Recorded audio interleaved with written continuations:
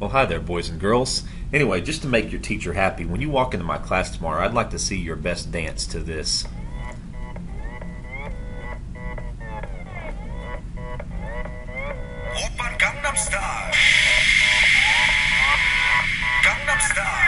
Yes, I'm tapping my foot right now.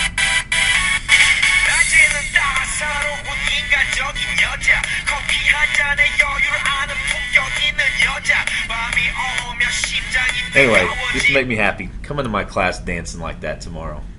Anyway, okay, I'll quit wasting your time with that. We're going to do composition of trig values.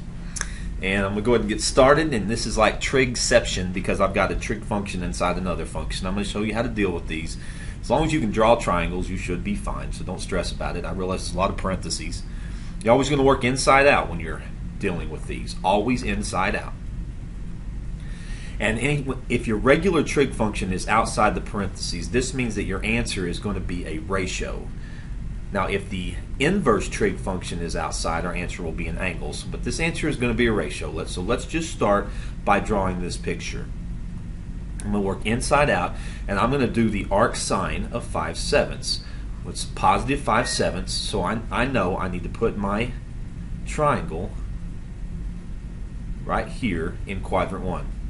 Ignore that extra little triangle there, or that extra little part. So let's label it. We put it in quadrant 1. Here is our angle theta. Sine is opposite over hypotenuse, and so we need to get this adjacent side. And we're going to do the Pythagorean Theorem. So I'm going to do 7 squared minus 5 squared, which is 49 minus 25, which is 24, and I'm going to take the square root of that. So the square root of 24 is 2 square roots of 6. So that is this adjacent side. I have now made the picture for arc sine of 5/7. Now I'm not going to actually find this angle. I want the secant of this angle. So the secant is the reciprocal of cosine. Remember that. Secant of x is 1 over cosine x.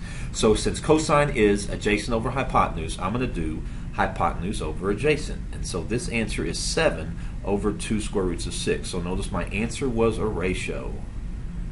Gangnam Style. Yeah, I can't wait to see some of those dances. Okay, so let's do number 2. I've got a, you like my pumpkins? I like my pumpkins, my fences here. I've got a regular trig function on the outside. On the inside is an inverse trig function. This means that my answer is going to be a ratio. I also want you to remember to work inside out. So we're going to start with the arc secant of -3/2. This is the same thing as the cotangent of the arc cosine of -2/3 because cosine and secant are reciprocals of each other. So we're going to work inside out. I'll draw my x and y axis here. Now, since arc cosine is negative, we're going to put this in quadrant 2. And then we're going to label our sides. Cosine is adjacent over hypotenuse. We're going to have to do the Pythagorean Theorem, so I'm going to do 3 squared minus -2 squared, and that's going to be 9 minus 4, which is 5, and so this is the square root of 5. So here's our angle theta. I'm not going to actually find the angle, I just want the cotangent of this angle. Remember, cotangent's reciprocal of tangent, so I'm going to find adjacent over opposite, and so this is going to equal -2 over the square root of 5. And there again, my answer was a ratio. Question 3, this is flippy-floppied. I've got my inverse trig on the outside, regular trig on the inside. This means that my answer is going to be an angle. Answer is an angle. So let's go ahead and draw this. I want to do the cosecant of -pi over 6. So what I'm going to do is work inside out. -pi over 6 is down here in quadrant 4, and it's -30 degrees. So we're going to draw this triangle out here in quadrant 4. Okay, now remember that cosecant is the reciprocal of sine. So let's go ahead and label this. This is going to be a 30-degree angle. This is a 60-degree angle, and this is a 90-degree angle. So we're going to put a 1 across from the 30. It's negative because we're going down. A 2 on the hypotenuse, and the square root of 3. So there we go. Now the cosecant of this angle is the reciprocal of sine. So cosecant x is 1 over sine of x. So since sine is opposite over hypotenuse, cosecant is going to be hypotenuse over opposite. So I'm going to do the arcsecant of negative 2. Because negative 2 over 1 is the cosecant of negative pi over 6. Let's extend the page a little bit. Now this is going to be the same thing as the arc cosine of negative 1/2. So I'm going to stay with this picture and I'm going to go answer this to find this angle. Now arc cosine's range we know is from 0 to pi. So I have to draw, since it's negative, I have to draw my angle in quadrant 2. Is that right here? Get back to my pen. Here's your angle. Cosine is adjacent over hypotenuse. If you do your Pythagorean theorem, you're going to get that this is the square root of 3.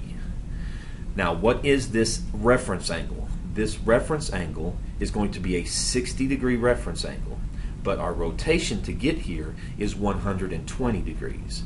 Now, since this was given to us in radians, we're going to give our answer in radians. 2 pi over 3. Alright, arc sine of sine of 4 pi over 3. Now here we have inverse trig function on the outside, so our answer is going to be an angle. So let's go ahead and draw this. Let's get to 4 pi over 3. Now that's a little bit bigger than 3 pi over 3, so it's going to be out here in quadrant 3. Back to my pen. Okay, so I've rotated 4 pi over 3. That means that this reference angle is a 60-degree angle. This is a 30, and this is a 90. This will be negative square roots of 3. This is negative 1, and this is 2. So we're going to do the sine of this angle. Sine of this angle is opposite over hypotenuse. So that is negative square root of 3 over 2. Now we're going to do the arc sine of this angle. Now when you do arc sine, that is in either quadrant 1 or quadrant 4, because remember it's from negative 90 to 90, or negative pi over 2 to positive pi over 2. Since this is a negative number, we're going to put it in quadrant 4. Oh, there I went again with my extra little line there. Silly Mr. G. Alright, so here's my angle I'm looking for. Sine is opposite over hypotenuse. This adjacent is 1. What is this angle? Well, the reference angle is 60 degrees, but I've rotated clockwise. That means my answer is negative 60 degrees. But since this was given to me in radians, I'm going to say this answer is negative pi over 3. Okay, one last example and we'll be done for the day. The sine of arcsecant of negative 5/8. Since my outside function is a regular trig function, my answer should be a ratio. But we also have to work inside out. You have to make sure the inside works. So we work inside out. Arcsecant of negative 5/8 is the same thing as finding the arc cosine of negative 8/5. And this happens to be, that's a D, not a O. Not a O. This happens to be does not exist because negative 8/5 is smaller than negative 1. It is not between negative 1 and 1, which happens to be our domain for our cosine. So since we cannot do the inside function, there's no way to sine a does not exist. So this answer is does not exist. I'll see you guys tomorrow. Dancing, baby.